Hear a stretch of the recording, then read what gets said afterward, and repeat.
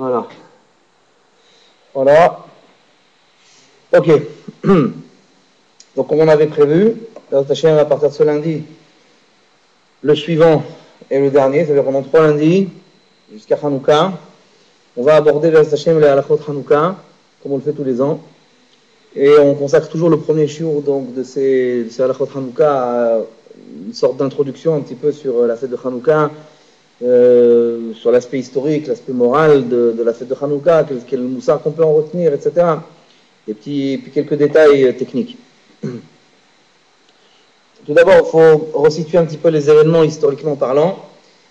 Les événements de Hanouka se passent très exactement 206 ans avant la destruction du deuxième Beth Amikdash. 206 ans avant la destruction du deuxième Beth Amikdash, ça fait du calendrier civil, moins 139 exactement, moins 139. Moins 139, très exactement avant l'ère vulgaire. C'est là que se situent historiquement les événements de Hanouka sous l'occupation grecque. Je dirais pas seulement d'Eretz Israël, mais de la majeure partie du globe terrestre.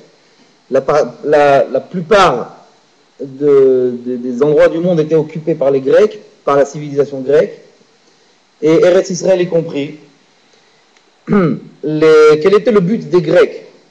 Les Grecs, comme ils le faisaient dans tous les pays qu'ils occupaient, qu'ils annexaient, leur seul but, c'était, selon le terme employé, c'était d'helléniser les populations, de les rendre complètement grecs, complètement athées, ça veut dire même idolâtres, pas seulement athées, mais idolâtres. Et c'était également le but qu'ils avaient envers les Béné Israël en Eretz Israël. Le but des Grecs n'était pas d'anéantir physiquement l'Arme Israël, pas du tout, par opposition à la fête de Purim, où le but de Haman était l'anéantissement physique d'Israël, alors que le but des Grecs n'était pas l'anéantissement physique d'Israël, était l'anéantissement intellectuel et spirituel du Arme Israël. Ils ne voulaient pas le tuer, ils voulaient en faire des goïms. Ils voulaient tout simplement en faire des goïms, en faire des non-juifs, tout simplement en faire même de bons Grecs.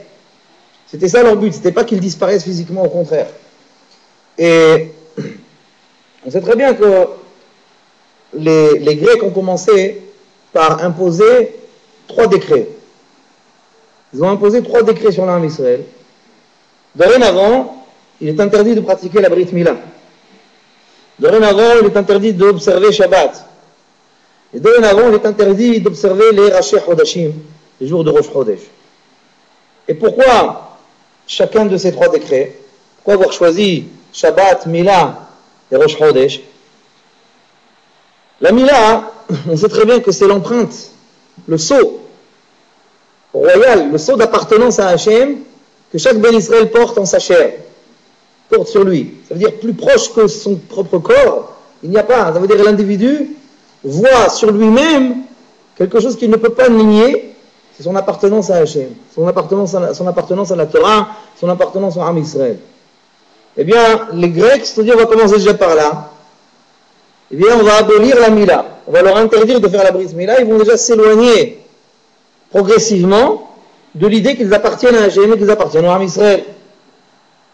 Ensuite, ils ont dit, ça ne suffit pas. On va leur interdire de faire Shabbat. Pourquoi on va leur interdire de faire Shabbat? Vous savez, les amis, Shabbat, ça fait des années que je dis ça, moi. Shabbat, mis à part les autres mitzvot qu'il y a dans la Torah, l'observance stricte de Shabbat, c'est la carte d'identité d'un juif. Un juif ne peut pas dire je suis juif s'il n'est pas shomer Shabbat. Impossible, impensable, inconcevable. Aucun juif sur terre ne peut dire je suis juif s'il n'est pas shomer Shabbat. Aucun juif. Puis je comme Ashma'ou. Al-Pi Halakha d'ailleurs c'est comme ça. Quelqu'un qui met halal Shabbat de Farassia. Al-Pi Halakha, quelqu'un qui transgresse volontairement Shabbat et à la vue des autres, c'est-à-dire il ne s'en cache pas, il est indigne de Goy, d'après le Shulchan Aruch. Le Shulchan Aruch, Moumar lechol davar. Mais halal Shabbat de Farassia, Moumar lechol davar. Il s'appelle Moumar, il s'appelle Renégat. Il a rejeté la Torah. Non, Shabbat. Shabbat, juif, pas Shabbat, Goy. Quelqu'un qui n'est pas shomer Shabbat, qui est halal Shabbat de Ratson, de Farassia, il est goy lechol davar. Il ouvre une bouteille de vin, c'est comme si Jean-Christian, ton voisin, il l'a ouvert. C'est la même chose. Il est goy. Habibi Ayakar, il est goy. D'après beaucoup de poskim, ils n'ont pas au Sefer Torah. D'après beaucoup de poskim, ils ne comptent pas dans le minyan. Donc c'est quoi? C'est un Jean-Christophe. C'est un Jean-Christophe. Ça s'appelle un Jean-Christophe. Un Mehalel Shabbat de Pharasea. Il a un din de goy. D'après beaucoup de poskim, sur le plan pratique, si on est neuf avec lui, on ne peut pas dire le Kaddish. Ça s'appelle un touriste. Bon, pour l'instant, c'est un touriste. Il n'a pas encore la nationalité. C'est un touriste. Vous voyez? Non, on ne s'amuse pas. On ne s'amuse pas avec Shabbat. Vous allez voir. Attendez. Stop. C'est pas un cours sur Shabbat. Vous êtes hors sujet. C'est pas un cours sur Shabbat, vous êtes hors sujet. Non, mais ça ne m'intéresse pas. Pour ça, c'est Halachot Hanouka. Donc j'étais en train de dire que les Grecs, pourquoi ils ont choisi aussi Shabbat? Parce qu'on va leur retirer leur identité. On leur retire Shabbat, alors ils ne sont plus juifs, c'est fini. Pourquoi? Je vais vous dire pourquoi. Parce que Shabbat, c'est quoi? C'est quoi Shabbat? T'as fait une salade cuite? Baudelaire. C'est quoi Shabbat? Tu vas à la synagogue? Foutaise, va pas à la synagogue. Va pas à la synagogue, sois chômeur Shabbat. C'est pas en allant à la synagogue. C'est pas en allant à la synagogue que tu vas montrer que tu es chômeur Shabbat. Tu peux faire Shabbat dans une grotte, faire Shabbat dans une caverne, faire Shabbat dans un trou. Shabbat, c'est pas la synagogue. La synagogue, c'est du folklore.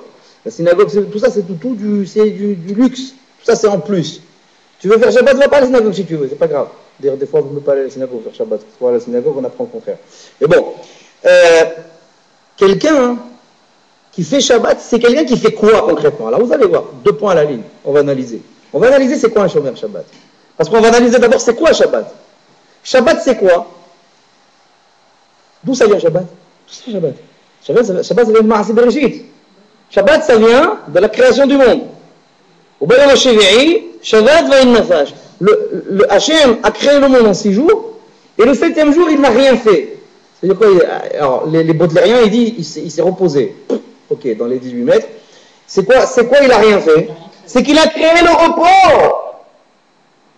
Il a créé quelque chose. Il a créé le repos. Il a créé la menouha. Il a créé le repos. Hachem a créé le repos. La cessation d'activité, le 7e jour, c'est une création. C'est une création de quoi? De l'inactivité. C'est une création du repos. Et ça, il l'a créé. En faisant rien, il l'a créé. Alors maintenant, ok, ça c'est joli, beau, Spielberg. Ok, on s'en fout. Maintenant, le gars qui vient, qui dit, je fais Shabbat. Je suis shomer Shabbat. Je ne cuis pas, je ne transporte pas, je ne cuis pas, je ne coupe pas, etc. Toutes les 39 melachot. Shomer Shabbat. Son attitude, elle exprime quoi? Elle exprime la phrase suivante. Oui, je reconnais que le monde a été créé par un créateur qui s'appelle Hachem. Il a été créé en 6 jours. La preuve, c'est que je fais comme lui. J'imite son comportement. Si j'imite son comportement, c'est que je crois en lui. C'est que je crois que c'est lui qui a créé le monde. C'est que je crois que le monde a un créateur. Faire Shabbat, c'est admettre officiellement que le monde a un créateur. Ne pas faire Shabbat, c'est nier cette évidence. Tout simplement. Ne pas faire Shabbat, c'est dire non, le monde c'est un Big Bang. Quelqu'un qui ne fait pas Shabbat, c'est qui dit non, le monde il n'a pas été créé en 6 jours, il y a 5771 années. Le monde est le produit d'une révolution, je ne sais pas quoi, interstellaire, intergalactique, je ne sais pas ce qu'il raconte comme bêtise, c'est Hamorim de scientifique, c'est type Shimra, c'est Rechaim, je ne sais pas qu'est-ce qu'il raconte, mais en tout cas, celui qui n'est pas shomer Shabbat, celui qui va faire ses courses à la part du Shabbat après-midi, c'est un type qui dit le monde n'a pas été créé par Hachem. Je monte par mon attitude. Celui qui prend la voiture pendant Shabbat, c'est quelqu'un qui dit, comme c'est qu'il le disait avec sa bouche, mais c'est encore pire parce qu'il le dit avec ses actes, il le dit avec ses gestes. Il est en train de dire le monde n'a pas de créateur, le monde est de Hefker, le monde est tout simplement sans possesseur, sans patron, sans rien. Voilà ce qu'il dit quelqu'un qui prend la voiture Shabbat. Quelqu'un qui prend la voiture pendant Shabbat alors qu'il sait pertinemment que c'est interdit de le faire. Voilà ce qu'il est en train de dire. Il est en train de dire le monde n'a pas de créateur. Le monde n'a pas de créateur, la Torah n'existe pas, Hachem n'existe pas. Voilà ce qu'il est en train de dire. Et c'est quoi? Je suis en train de vous décrire un Gaulois. Je suis en train de pas vous décrire un juif, je suis en train de vous décrire un goy. Donc la halakha, le Shulchan Aruch a raison quand il dit Mehal Shabbat Devar Yassia goy lechol davar. Bevadaï goy lechol davar. Bevadaï. C'est évident qu'un Mehal Shabbat Devar Yassia c'est un goy. Parce que ses actes prouvent ce qu'il pense intérieurement. Ses actes volontaires prouvent ce qu'il pense. Et ces actes volontaires correspondent à une seule et unique conception, c'est celle de dire le monde n'a pas de créateur. Parce qu'ici, il en avait un, je l'imiterais. Je ferais comme il a fait.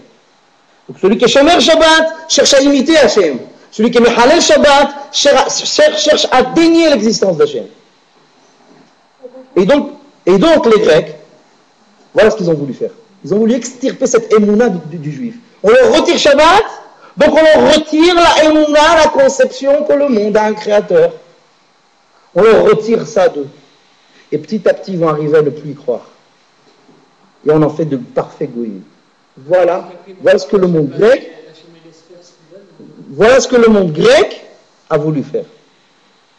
Voilà ce que le monde grec a voulu faire. Donc la première, on a dit la mila. Donc c'est dans la chair, c'est physique. On arrête la mila. Après on dit ça ne suffit pas. La chair c'est une chose, le physique c'est une chose. Maintenant il faut l'intellect. Shabbat, la émouna, la conception qu'Hachem a créé le monde, etc. Il faut leur enlever ça de la tête. Il faut en faire de parfaits athées. Il faut leur enlever tout ça. Donc on leur enlève Shabbat. Qu'est-ce qui reste? Il reste la fixation des Rosh Chodesh. Vous savez que la fixation des Rosh Chodesh à l'époque, c'était pas comme aujourd'hui où il y a les calendriers. À l'époque il n'y avait pas de calendrier.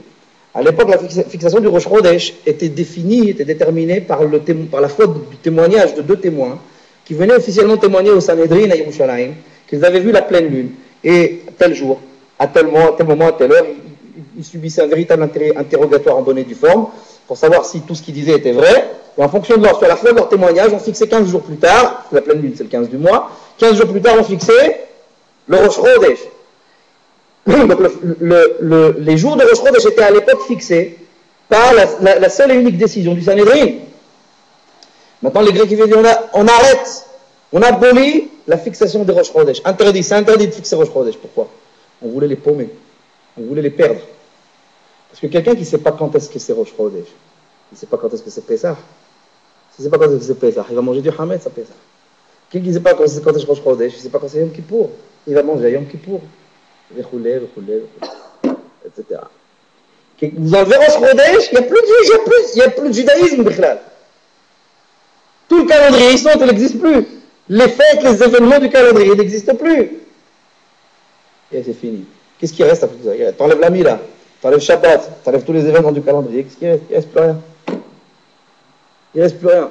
On voulait en faire de parfaits goïms. Donc encore une fois, le but des Grecs n'était pas l'anéantissement physique des Bnei Israël, mais leur anéantissement spirituel et intellectuel. Uniquement ça. On voulait en faire des goïms. Tout simplement.